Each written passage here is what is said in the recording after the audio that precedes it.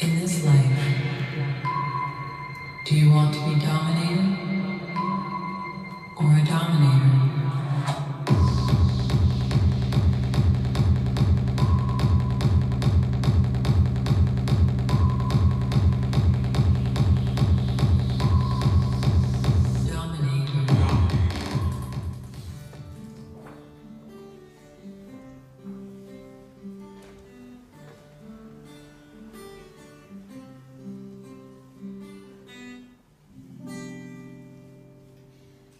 Ήταν κάποτε ένας άντρας που είχε ένα γιο.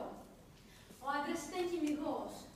Κάποια μέρα, ο κυνηγός είπε στο γιο του: Κάρτας, είσαι ο γιος μου μονάκριβος. Άκουσε καλά αυτό που έχω να σου πω.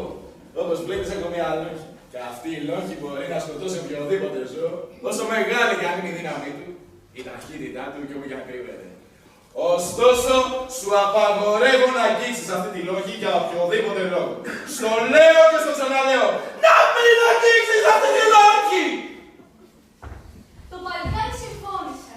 Εβδομάδες και μήνες πέρασαν, μέχρι που έφτασε η μέρα που ο γιος βρήκε την ευκαιρία να αρπάξει κρυφά τη λόγη, όταν ο πατέρας του έφυγε για ταξίδι.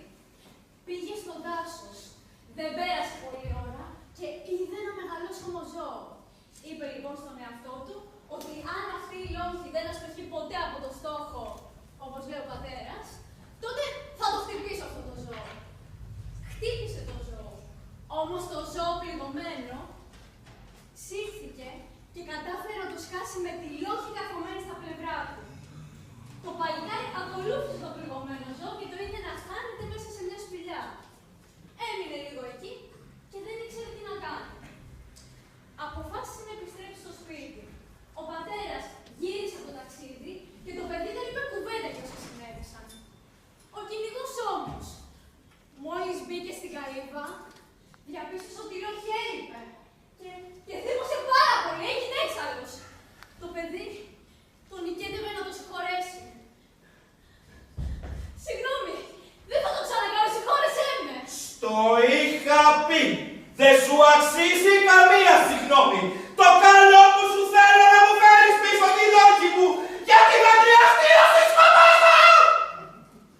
Με τα ίδια μου τα χέρια. Το παλικάρι βγήκε στον δρόμο. Έφτασε στη σπηλιά που είχε κρυφτεί το ζώο και μπήκε μέσα. Είδε μια γριά.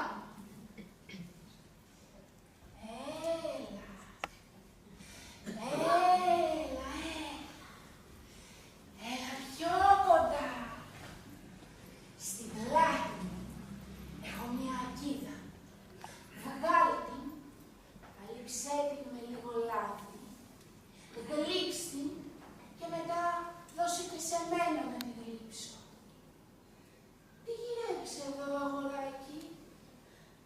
Ο νεαρός της διηγήθηκε την ιστορία με τη λόγη και η γυναίκα τον συμβούλεψε.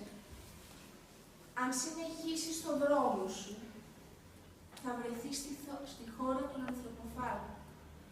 Εκεί θα σε καλοδεχτούν. Θα σου δώσουν τα καλύτερα φαγητά. Θα σου δώσουν μία καλύβα με 2 κρεβάτια. Το ένα θα είναι το πιο αναπαυτικό. Το άλλο θα είναι σκέτο ξύλο. Πάρε αυτό. Είναι φύλλα από μανιόκο, ανακατεμένο με μυρμήγκια. Αυτό θα φας. Αυτά που θα σου δώσουν, θα τα πετάξεις σε μια τρύπα. Την επόμενη μέρα το πρωί, θα σου ζητήσουν να οργώσεις ένα χωράφι. Και μετά, θα σε βάλουν να διαλέξεις μπροστά από αμέτρητες λόγες τη δική σου. Όταν θα έρθει η ώρα, θα πας να ξαπλώσεις το κρεβάτι που είναι από σκέτο ξύλο. Μην αγχώνεσαι για το όνομα, όλα θα πάνε καλά. Και να θυμάσαι, μπροστά στις λόγες, εσύ θα διαλέξεις αυτήν που πάνω της θα πάει να κάτσει μια μέλισσα.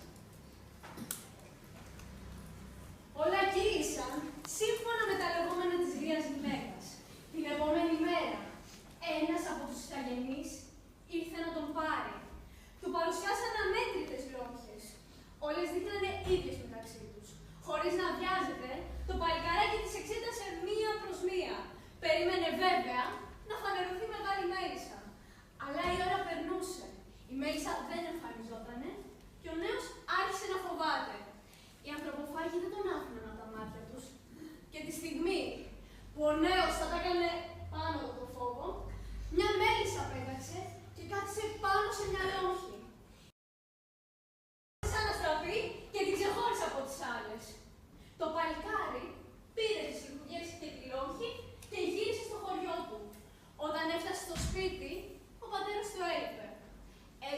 λόγχη στη μητέρα του και τη ζήτησε να τη δείξει εκείνη στον πατέρα του. Της εμπιστεύτηκε και τις κάμπιες με την ακόλουθη παραγγελία. Πάρε αυτές τις κάμπιες και μαγείρεψε τις καλά. Εσύ να φας τις 2. Τις 3 να τις κρατήσεις για να τις φάω όταν θα έρθω στο σπίτι. Σε εξορκίζω. Ό,τι κι αν γίνει, να μην τις δώσεις να τις φάει άλλος. Όταν ο πατέρας γύρισε στο σπίτι, είδε τη λόγχη και καταχάρηκε. Και την ίδια στιγμή ένιωσε μια υπέροχη μυρωδιά να γυρίσει στο σπίτι.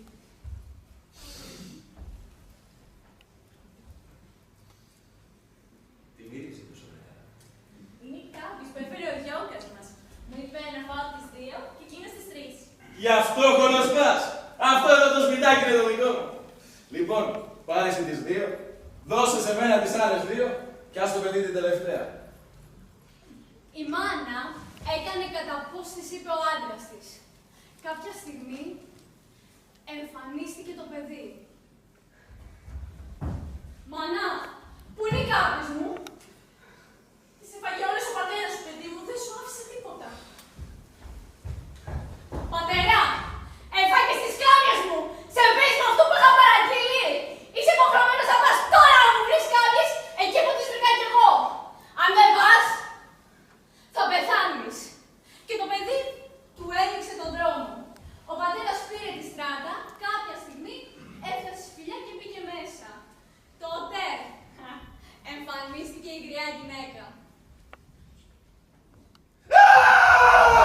Φύγε από μπροστά μου, μόλι κατακάξα! Το καλό που σου θέλω να μην με ακολουθήσεις, γιατί θα χρειαστεί να σε σκοτώσω! Με τα ίδια μου τα χέρια. Την έσπρωξε και συνέχισε τον δρόμο του. Και όταν έφτασε στον προορισμό του, οι ανθρωποφάγοι τον δέχτηκαν θερμά, όπως ακριβώς είχαν υποδεχτεί και τον γιο του. Του παρουσιάσανε άφθονα και υπέροχα φαγητά και λιχουδιές. Εκείνος έφαγε μέχρι σκασμού. Και όταν ήρθε η ώρα να ξαπλώσει, ο κυνηγός διάλεξε το πιο αναπαυτικό κρεβάτι. Οι οικοδεσπότες δεν έκρυβαν τη χαρά τους. Το ξημέρωμα τον ξύπνησαν με κραυγές χαράς. «Να επιτέλους κάποιος για μας, και έχει και καλό κρέας». Τον σηκώσανε άρον-άρα από το κρεβάτι. Τον μαγειρέψανε και φτιάξαν από αυτόν ένα ωραίο γεύμα.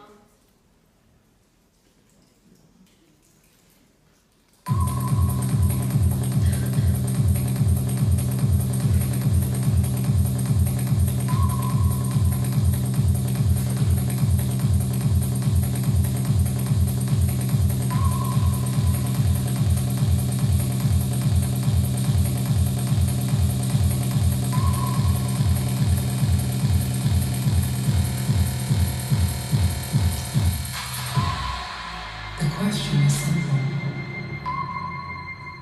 In this life, do you want to be dominated